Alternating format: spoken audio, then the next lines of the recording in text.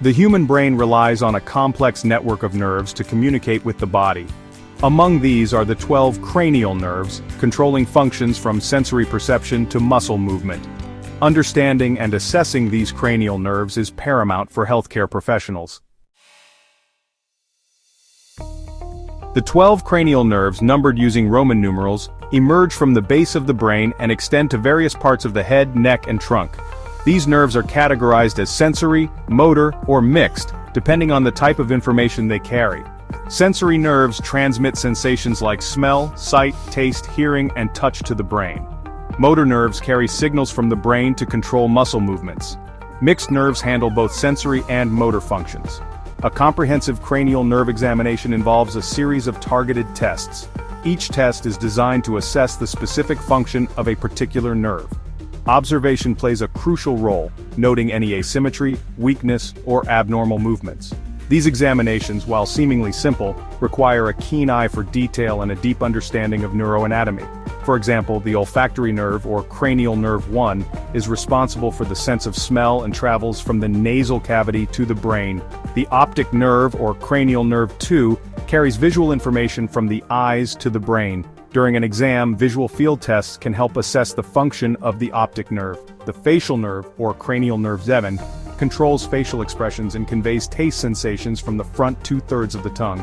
Testing the facial nerve involves asking the patient to perform facial movements like smiling or raising their eyebrows. The olfactory nerve, the first cranial nerve, is responsible for our sense of smell. This purely sensory nerve transmits information from the olfactory receptors in the nasal cavity to the olfactory bulb in the brain. Damage to the olfactory nerve can result in anosmia, the loss of the sense of smell, or hyposmia, a reduced ability to smell. Testing the olfactory nerve involves presenting the patient with familiar and non-irritating odors. Common test substances include coffee, vanilla, or soap. The patient is asked to identify the smell with their eyes closed, testing each nostril separately. It's important to avoid using noxious substances like ammonia, as they can stimulate the trigeminal nerve, leading to a false positive result. The olfactory nerve fibers pass through the cribriform plate of the ethmoid bone to reach the olfactory bulb, where the sense of smell is processed. In clinical practice, patients with olfactory nerve damage may report a complete loss of smell or altered smell perception, impacting their quality of life. A thorough olfactory nerve assessment can help diagnose the extent of nerve damage and guide appropriate treatment options. The trigeminal nerve, the fifth cranial nerve, is responsible for sensation in the face and motor functions such as biting and chewing. It has three major branches: the ophthalmic, maxillary, and mandibular nerves. Testing the trigeminal nerve involves assessing facial sensation, corneal reflex, and the strength of the jaw muscles. The patient is asked to close their eyes while the examiner lightly touches different areas of the face with a cotton wisp, noting any differences in sensation. The corneal reflex is tested by gently touching the cornea with a wisp of cotton, observing for a blink response. Jaw strength is assessed by asking the patient to clench their teeth, while the examiner palpates the masseter and temporalis muscles. Accurate testing of the trigeminal nerve is crucial to diagnose conditions such as trigeminal neuralgia, and to ensure the proper function of facial sensory and motor pathways. Another method to test facial sensation is the pinprick test, where the examiner uses a pin to lightly prick different areas of the face. The patient should be able to distinguish between sharp and dull sensations. Light touch can also be tested using a cotton wisp, ensuring the patient feels the touch equally on both sides of the face. The jaw reflex can be tested by gently tapping the jaw with a reflex hammer while the mouth is slightly open. A normal response is a slight closing of the mouth. The corneal reflex is crucial for protecting the eyes from foreign objects and should be tested carefully. Disorders of the trigeminal nerve can lead to severe facial pain and require accurate diagnosis and management. Comprehensive testing ensures the proper function of both sensory and motor pathways of the trigeminal nerve. The facial nerve, the seventh cranial nerve, controls the muscles of facial expression and conveys taste sensations from the anterior 2/3 of the tongue. Testing the facial nerve involves observing the patient's facial movements, such as raising eyebrows, closing eyes tightly, smiling, and puffing out cheeks. Any asymmetry or weakness is noted. Taste sensation can be tested by applying a small amount of sugar or salt solution to the anterior part of the tongue and asking the patient to identify the taste. The vestibulocochlear nerve, the eighth cranial nerve, is responsible for hearing and balance. Testing the vestibulocochlear nerve involves assessing hearing through various methods such as the Rinn and Weber tests, using a tuning fork. Balance is evaluated by observing the patient's ability to stand and walk, noting any unsteadiness or vertigo. The Romberg test, where the patient stands with feet together and eyes closed, can also be used to assess balance. The glossopharyngeal nerve, the ninth cranial nerve, and the vagus nerve, the 10th cranial nerve, are often tested together as they both contribute to the gag reflex and control muscles involved in swallowing.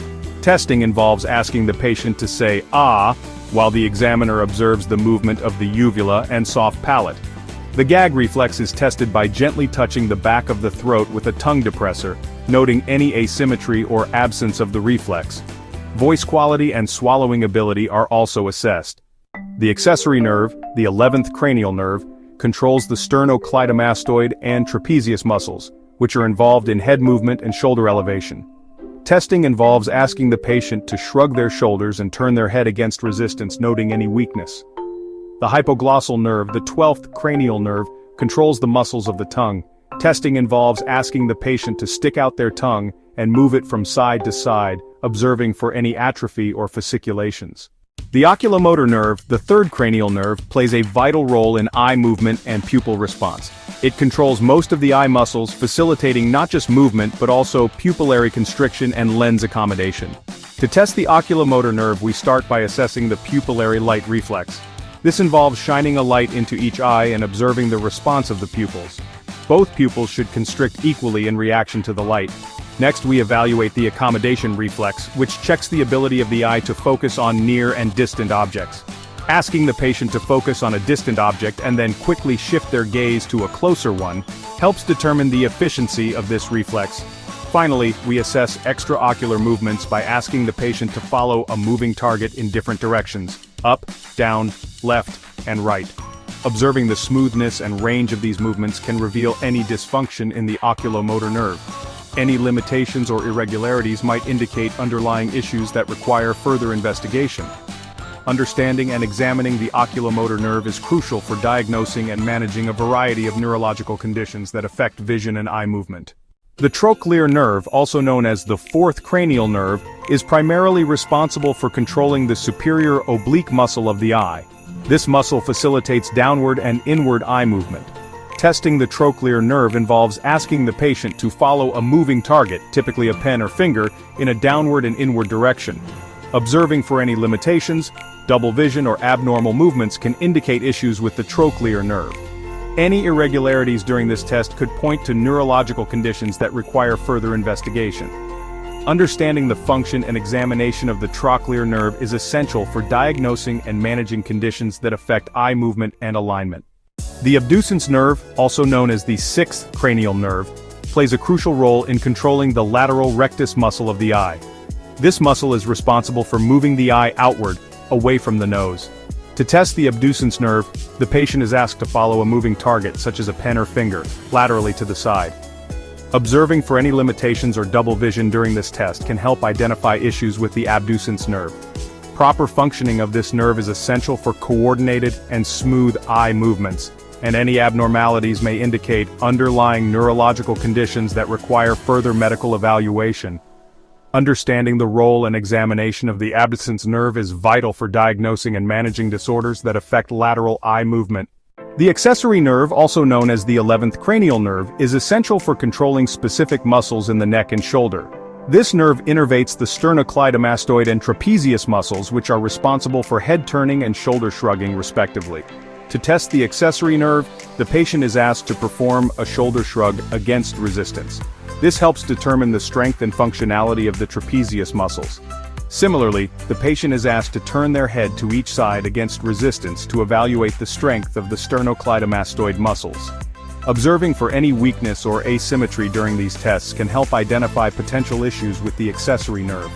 Proper functioning of this nerve is crucial for head and shoulder movements, and any abnormalities may indicate underlying neurological conditions that require further investigation. Understanding the role and examination of the accessory nerve is vital for diagnosing and managing disorders that affect head and shoulder mobility. The hypoglossal nerve, also known as the 12th cranial nerve, plays a crucial role in controlling the muscles of the tongue. Proper functioning of this nerve is essential for speech, chewing, and swallowing. To test the hypoglossal nerve, the patient is asked to stick out their tongue and move it from side to side. Any deviation or atrophy can indicate potential issues with the hypoglossal nerve. Observing for fasciculations or small muscle twitches can also provide valuable information about nerve health. Additionally, the strength of the tongue is assessed by asking the patient to push their tongue against their cheek, while the examiner provides resistance. Identifying abnormalities in tongue movement can help diagnose underlying neurological conditions that may affect speech and swallowing. Understanding the role and examination of the hypoglossal nerve is vital for comprehensive cranial nerve assessments. Cranial nerves 2, 3, 4, and 6 are intricately involved in vision and the coordination of eye movements. Cranial nerve 2, the optic nerve, transmits visual information from the retina to the brain. Visual acuity is assessed using a Snellen chart.